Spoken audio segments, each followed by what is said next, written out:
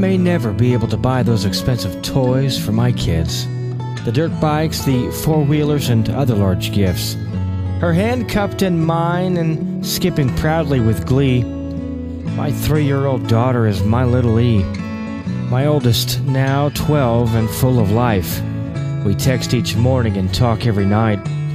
My day is not filled with material things, but of the love of my kids, as to me what they mean. People get married and divorce the same, but the kids are not baggage and not of the blame.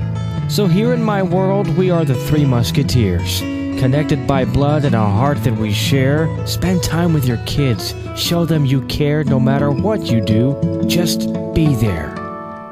Paint them the sun and hang the moon. They'll grow up fast and all too soon.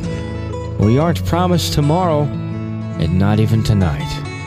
So reach out to your kids, invest, and make a difference in your child's life.